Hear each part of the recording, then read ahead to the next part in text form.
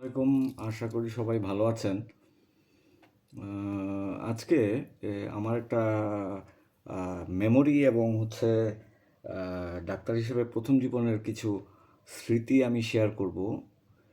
আমি ডাক্তারি পাশ করার পরে ঢাকা মেডিকেল কলেজ থেকে K68 ব্যাচ আমি। আমি ইন্টার্নির সময় এবং ইন্টার্নির পরে আরও 2 বছর খ্যাপ মারার বদলে আমি একটা ভালো কাজ পেয়েছিলাম। সেটা হচ্ছে আমি বাংলাদেশের স্বনামধন্য লিভার বিশেষজ্ঞ প্রফেসর সেলিমুর রহমান স্যারের চেম্বারে কাজ করতাম এবং ওনার হিস্ট্রি লেখা থেকে শুরু করে এবং ওনার পাশে বসা পর্যন্ত আমি দীর্ঘ 3 বছর কাজ করেছি। তো এই দীর্ঘ 3 বছরের যাত্রায় আমি স্যারের কাছ থেকে বয়োবৃদ্ধ প্রফেসর, হ্যাঁ, এবং খুবই অভিজ্ঞ মানুষ, আমি কিছু এটিকেট শিখেছি, হ্যাঁ। এই এটিকেটগুলা আমার মনে হয় যে শেয়ার করা দরকার। প্রথমত হচ্ছে স্যার খুব কম কথা বলতেন এবং রিজনেবল কথা বলতেন। এক নাম্বার জিনিস হচ্ছে যে ওনাকে কখনো আমি কোনো বিশেষ ট্রেড নেমের প্রতি আকৃষ্ট হতে দেখিনি। যেমন উনি একজন হেপাটোলজিস্ট হিসেবে এবং গ্যাস্ট্রোএন্টারোলজিস্ট হিসেবে ওনার সবচেয়ে বেশি লেখা হতো প্রোটন পাম্প ইনহিবিটর। উনি অন্তত 25টা ব্র্যান্ডের পিপিআই ঘুরায় ফিরায় লিখতেন এবং কখনো আমি ওষুধ কোম্পানির কোনো এমআরকে ওনার সাথে ভিজিট করতে দেখতে দেখিনি। 2 নম্বর হচ্ছে আমি যেটা খেয়াল করেছি ওনার মধ্যে ইউনিক জিনিস, হ্যাঁ, উনি অন্য কোনো ডাক্তারের প্রেসক্রিপশনকে রোগীর সামনে ক্রিটিসাইজ করতেন না কখনো। কিন্তু অন্য কোনো ডাক্তারের কোনো ভালো ডায়াগনোসিস বা ভালো চিকিৎসা দেওয়াটাকে উনি রোগীর সামনে প্রশংসা করতেন। এই জিনিসটা ইউনিক ওনার মধ্যে দেখেছি আমি।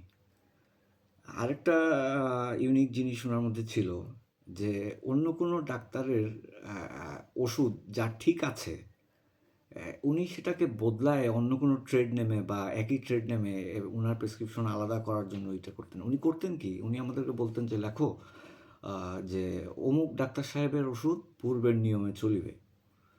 এতে করে যেটা হতো যে ওই ডাক্তার সাহেবের কাছে যখন আবার এই ওনার প্রেসক্রিপশনটা ফেরত যেত, ওই ডাক্তার সাহেব নিজেকে খুব মানে স্যাটিসফ্যাক্টরি ফিল করতেন।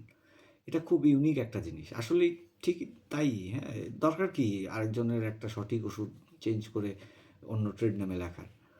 আরেকটা ইউনিক জিনিস ওনাকে মধ্যে দেখেছি শিক্ষক হিসেবে এবং ক্লিনিশিয়ান হিসেবেও, যে উনি জুনিয়র, সে যত জুনিয়রই হোক, ওনার নাতির বয়সীই হোক, উনি একটা জুনিয়রের কোনো ভালো ক্লিনিক্যাল চিন্তা বা ভালো ডায়াগনোসিসের সাথে মিলানোর চিন্তাকে উনি প্রশংসা করতেন।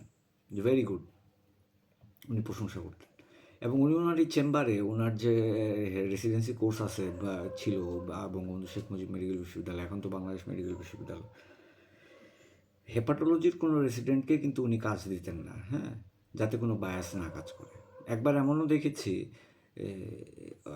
রেসিডেন্সি ভর্তি পরীক্ষায় উনি যদিও ইউজিসি প্রফেসর ছিলেন, দেখেছি যে উনি পরীক্ষা কমিটির থেকে নিজের নাম উইথড্র করে নিয়েছেন, কারণ ওইবার ওনার মেয়ে ভর্তি পরীক্ষা দিচ্ছিল। এটা এটা খুবই ইউনিক।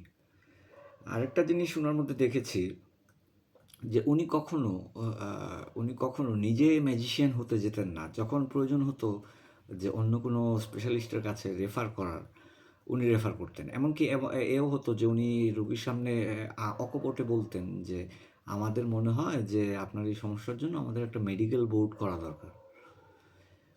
তো অনেক মেডিকেল বোর্ড আমরা করেছি।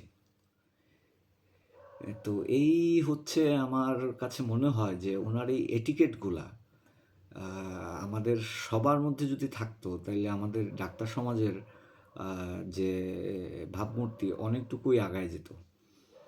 আমরা আশা করি যে ওনার এই এটিকেটগুলা আমরা আমাদের প্র্যাকটিসে ধারণ করব। সবাই ভালো থাকবেন। আসসালামু আলাইকুম।